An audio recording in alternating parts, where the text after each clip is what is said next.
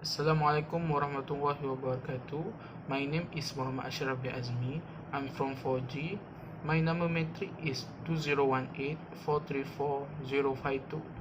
I will explain about the planting and transplanting technique. For transplanting technique is one method of planting paddy through pulling out the seedling from the nursery and planting them back in the field. It is important to transplant from the nursery to the main field as soon as the seedlings are big enough.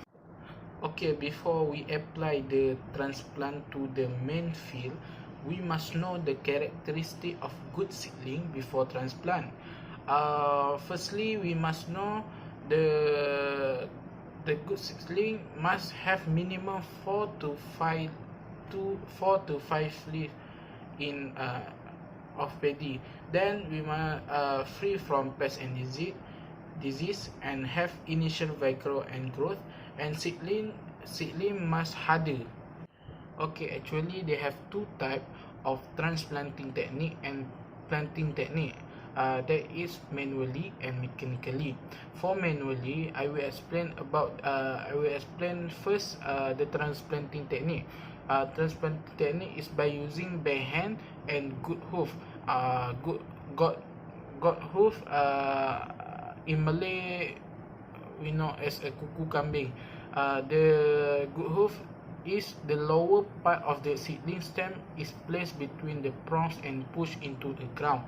Can complete a hectare in 15 to 25 days per workers. For mechanically, we use a transplanter like this. Okay, we go to the advantage and disadvantage of transplanting technique.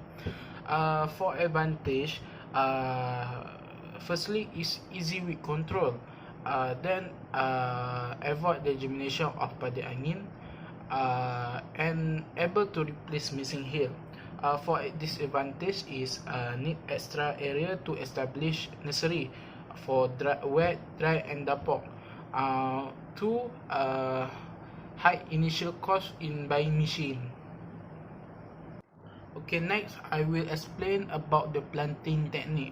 Planting technique has a three type, that is direct seedling, spreading and broadcasting system. This method is usually practiced in rice cultivation as it require less labor and save time.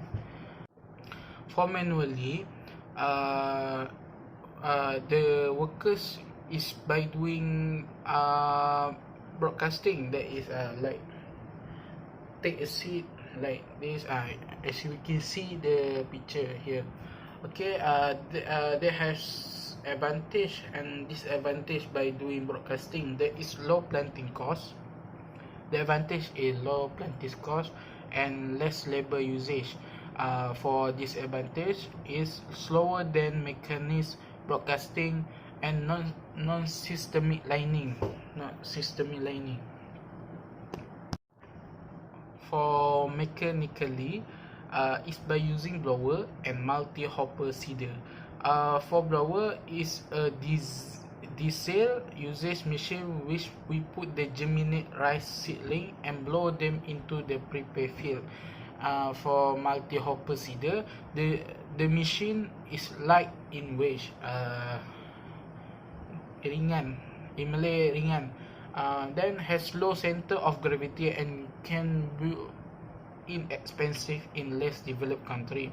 Can plant 6 a row in a time, and operator can sow 50 kg of pre-germinate rice seed and on 1 hectare of land in about 6 hours.